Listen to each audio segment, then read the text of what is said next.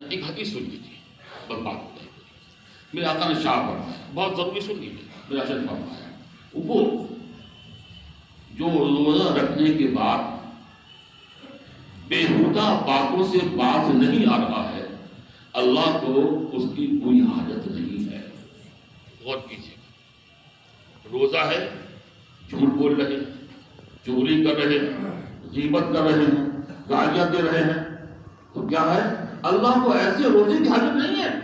یہ عام طور سے ہوتا ہے، عام طور سے ہم جہاں 4 لوگ بیٹھے، چوری غیبت جھوٹ گالی کچھ بولتے ہیں، تو یہ ہمارا صرف بھوکا پیاسا رہنا ہے، روزہ نہیں ہے۔ اور ایسے روزے کی اللہ کو حاجت بھی نہیں ہے، حاجت نہیں۔ اس کا خیال رکھیے کہ روز دیکھیے، میں نے کئی جگہ اس پر تحقیق کی تھی چغلی غیبت پر۔ چغلی غیبت جھوٹ گالی یہ تو غیر رمضان میں تو ظاہر بات ہے کہ صحیح نہیں ہے، ٹھیک ہے، بہت بری بات ہے۔ اور رمضان میں روزی کھانے میں یہ اور بری بات ہے کہ جہاں بندے کو اللہ کا ذکر کرنا چاہیے تھا، اللہ کی فرمانبرداری کرنا چاہیے تھی، وہاں اللہ کی نافرمانی کرنا، یہ اور بری چیز ہے۔ تو ان چیزوں سے بچنا بھی ضروری ہے کہ روزے کی حالت میں ہم جھوٹ نہ بولیں، چغلی نہ کریں، غیبت نہ کریں، گالی مت دیں، کوئی بےہودہ بات اپنی زبان سے نہ نکالیں۔ اور اگر ہم یہ سب کر رہے ہیں تو آقا نے فرمایا وہ بندہ صرف بھوکا پیاسا ہے، اور ایسے بھوکے پیاسے بندے کی اللہ کو کوئی حاجت نہیں ہے۔ اب آپ بتائیے، ہم بھوکے پیاسے بھی رہے اور اللہ نے ہمارے بھوک پیاس کو جو ہے قبول بھی نہیں کیا، تو فائدہ کیا؟ اس لیے ان چیزوں بچیے اور اپنی اس قیمتی وقت کو اللہ کی رضا اور اس کی ذکر میں گزاریے۔ میں نے ایک جگہ پڑھا تھا، آپ سے عرض کر دوں کہ فرمایا کہ جس نے رمضان شریف میں 1 مرتبہ سبحان اللہ کہا، اس کو 1,00,000 مرتبہ سبحان اللہ کہنے کا ثواب ہے۔ یار کیا نقصان ہے اپنا، ہے کہ نہیں؟ ہم کسی سے بیٹھ کے 4 باتیں کریں، اس کی جگہ بیٹھ سبحان اللہ ہی پڑھ لیں، ہے کہ نہیں؟ درود شریف پڑھ لیں، کلمہ طیبہ پڑھ لیں۔ آقا نے فرمایا سب سے افضل ذکر کیا ہے؟ لا الہ الا اللہ محمد رسول اللہ۔ یہ سب سے افضل ذکر ہے، آقا نے سب سے افضل ذکر لا الہ الا اللہ محمد رسول اللہ۔ بہترین ذکر ہے، اللہ کو یہ کلمہ پسند ہے۔ اور درود شریف جس کے بارے میں ہم نے خود حکم دیا کہ اللہ اس کے فرشتے نبی کو درود بھیج، تم بھی درود بھیجو، تو یہ دونوں سے ملا لیجیے اور اس طرح کر لیجیے لا الہ الا اللہ محمد رسول اللہ صلی اللہ تعالی وسلم، دونوں آ جائیں، کلمہ بھی آ جائے گا، درود بھی آ جائے گا۔ اب وقت نہیں ہے ورنہ میں آپ کو بتا تھا، انشاءاللہ پھر کبھی انشاءاللہ بتاؤں گا۔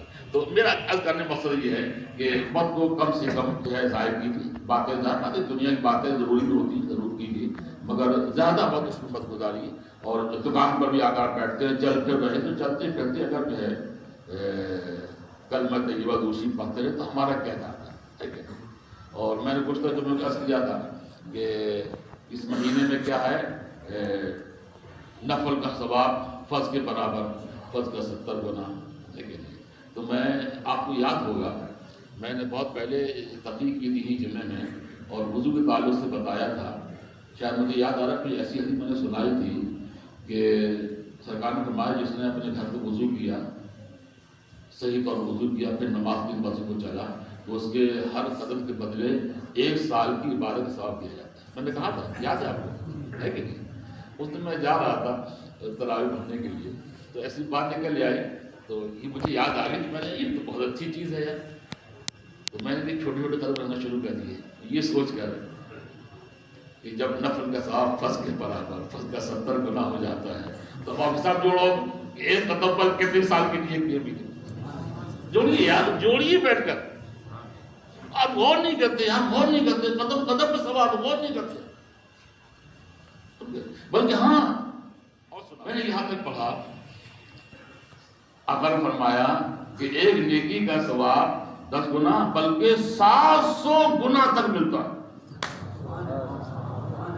یاد رکھیے گا، یہ 700 گنا رمضان میں نہیں ہے، غیر رمضان میں ہے۔